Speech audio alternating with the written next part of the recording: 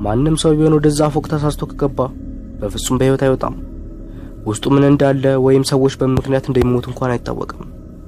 ብቻ ግን እንደማስተውሰው ከሆነ ግለሰቦች፣ ፖሊሶች እንዲሁም የተለያዩ ሰዎች በዛ ፎቅ ምክንያት ህይወታቸውን አጥተዋል። ጊዜው 2030 ዓመተ ምህረት ላይ ነበር። በዛ ጊዜ 11ኛ ክፍልን ጨርሼ ክረምት ላይ ነበርኩ። ሁልጊዜም ቢሆን ከምሽቱ 12 ሰዓት አካባቢ የእግር ጉዞ ለማድረግ ከጓደኞቼ ጋር ወጣ ነበር። ወክ ለማድረግ ስወጣም በአንድ ተጀምሮ ያላለቀ ፎቅ በኩል ነበር የማልፈው። ፎቁ ወደ ጎን ጠበብ ብሎ ነገር ግን ወደ ላይ እስከ 5ኛ ፎቅ ድረስ የሚረዘም ፎቅ ነበር። በዛ ፎቅ ምክንያት 38 ሰዎች ሞተዋል። ከሞቱት ሰዎች ውስጥ 28ቱ ግለሰቦች ሲሆኑ የተቀሩት ደግሞ ፖሊሶች ነበሩ። በዛ ፎቅም በኩል በማልፈበት ሰዓት ፎቁ ላይ አንድ ሰው መሰል ፍጡር በዛ ደም በመሰሉ አይኖቹ አፍጥጦ ሲመለከተኛ ያዋለው። ነገር ግን ካየሁት በኋላ እጁን ያውለብልቦልኝ ብዙም ሳይቆይ ወዲያው ይጠፋል። ይሄ ነገር የተለያዩ ግለሰቦች ሰዎችን ለማስፈራራት ሆን ብለው የሚያደርጉት ነገር ይመስለኝ ነበር። ነገር ግን እንደዛ አይደለም። ከነዛ ከሞቱት 38 ሰዎች መካከል አንዱ ጓደኛችን መላኩ ነበር። እዛ ፎቅ ላይ ሞተው የሚገኙት ሰዎች ሁሉም አይናቸው ፈጦና ቀልቶ የሆነ ነገር እየተመለከቱ የሞቱ ይመስሉ ነበር።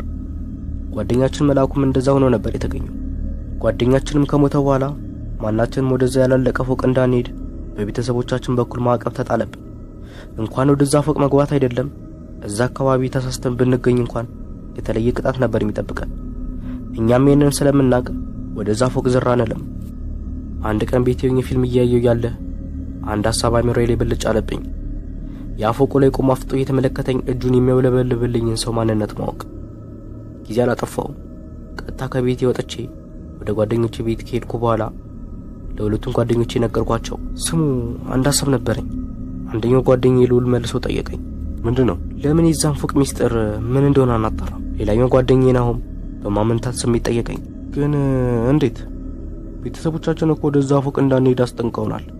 ስለዚህ ጉዳይ ቢያውቁ አስበዋል ምን እንደሚፈጠር? አውቃለሁ። ግን የምንሄደው ማንም ሳያውቅ ነው። ማንም ሳያውቅ? እንዴት? ያው ሁሉም ከተኙ በኋላ ምሽት 5 ሰዓት ሲል ከቤት ወጥተን መናፈሻው ቦታ ጋር እንገናኝና ወደዛ ፎቅ ተያይዘን እንሄዳለን። ግን አንዳንድ መሳሪያዎችን መያዛችሁ እንዳትረሱ። መሳሪያ ያልኩት የተለያዩ እንጨቶችና ብረቶችን ማለት ነበር። ይህን ነገር ከነገርኳቸው በኋላ ሁሉም ተስማምተው ተለያየን። ከዛም ቤት ከገባው በኋላ የተለያዩ እቃዎችን ማለትም የእጅ ባትሪና ብረት ካዘጋጀው በኋላ ያቺን ሰዓት መጠባበቅ ጀመርኩ። የዛን ቀን ቤተሰቦቼ እስከ ምሽቱ 4 ሰዓት ተኩል ድረስ አልተኙም ነበር። ክፍሌ ቁጭ ብዬ ከሳሎን በኩል የቤተሰቦቼ ድምጽ ይሰማል። ልክ 4 ሰዓት ተኩል ሲል የቲቪ ድምጽ ጠፋ። ከዛም የእግር ኮቴን ወዳለሁበት ክፍል ሲመጣ ቶሎ ብዬ መብራቱን አጥፋፍቼ አልጋ ውስጥ ከገባው በኋላ የተኛው ማስመሰል ጀመርኩ። ከዛም የክፍሌ በር ቀስ ብሎ ተከፈተ። አባቴ ነበር። እንደተኛውና እንዳልተኛው ለማረጋገጥ ብሎ ነበር የመጣው። መብራቱንም አብርቶ ትንሽ ከተመለከተ በኋላ መልሶ መብራቱን አጥፍቶ ከክፍሌ ወጣ። በዛ ሰዓት አባቴና እናቴ የሆነ ነገር ሲያወሩ ይሰማኛል። ነገር ግን ስለምን እንደሚያወሩ አላወቅኩም። ከዛም ልክ 4 ሰዓት ከ45 ሲል ያዘጋጀሁትን ዕቃ ይዤ በክፍሌ መስኮት በኩል ወጥቼ ሄድኩ። ከ10 ደቂቃ የእግር ጉዞ በኋላ መናፈሻው ጋር ደረስኩ። ሁለቱ ጓደኞቼ ናሆምና ልዑል ቆመው እየጠበቁኝ ነበር። እኔም ሰላም ብያቸው ተያይዘን ወደዛ ፎቅ አመራን። እዛ ፎቅ ስንደርስ ሶስታችንም የያዝነውን መሳሪያና የእጅ ባትሪ ወጥተን ወደዛ ያላለቀ ፎቅ ገባን። ፎቁ ድቅድቅ ባለ ጨለማ ተውጦ ነበር። ባዶም ስለነበር የምናወራው ነገር ያስተጋባ ነበር። ወደ ፎቁ ከገባን በኋላ መጀመሪያ ሄድነው 5ኛ ፎቅ ላይ ነው። ያው ያፍጥጦ የሚመለከተኝ ሰውዬ ካለ ብዬ ማለት ነው። ነገር ግን በተቃራኒው ምንም አልነበረም። ሁሉንም ክፍሎች ከፈተሽን በኋላ ተመልሰን ወደ 1ኛ ፎቅ ስንሄድ ከሩቅ በኩል ድቅድቅ ባለ ጨለማ ውስጥ አንድ ሰው ቆሞ እያፈጠጠብኝ ነበር።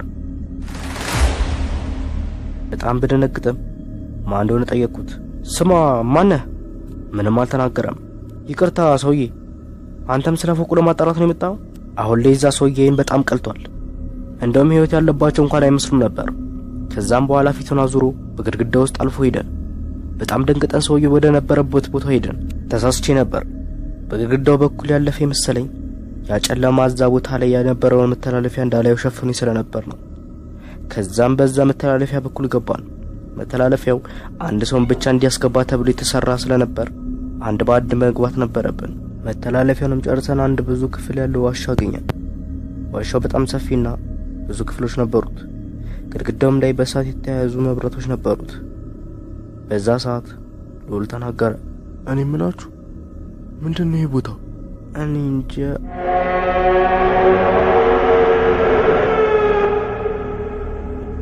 ሰማችሁት? ማን እንደሆነ አላውቅም። ነገር ግን የሆነ የግዙፍ ፍጥረት የሚመስል ድምጽ ከፍ ብሎ እየተሰማን ነበር። ጮክ ብዬ ተናገርኩ። ማን ነው? ሰው አለ? አሁን ላይ ድምፁ አይሰማም።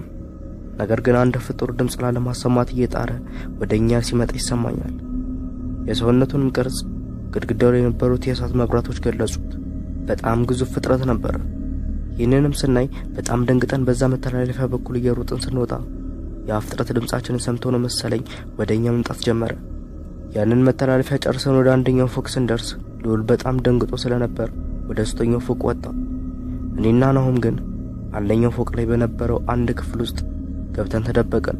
ያ ፍጥረት አሁን መተላለፊያውን አልፎ ወደ ሶስተኛው ፎቅ ሄዷል። ያ ፍጥረት ሄደው ልዑል ወደ ነበረበት ክፍል ነበር። ከትንሽ ቆይታ በኋላም የሆነ ጩኸት ተሰማን።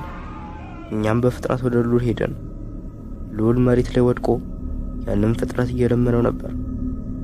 ያ ፍጥረት በጣም ግዙፍ ሲሆን ሰውነቱ በፀጉር የተሸፈነ ነው። ያ ፍጥረትም ልዑልን አፍጥጦ እየተመለከተው አንድ ነገር መናገር ጀመረ። ምን እያለ እንደነበር አላውቅም፣ ወይም ቋንቋው እየገባኝ አልነበረም። በማይገባው ቋንቋ ነበር ሲናገር የነበረው።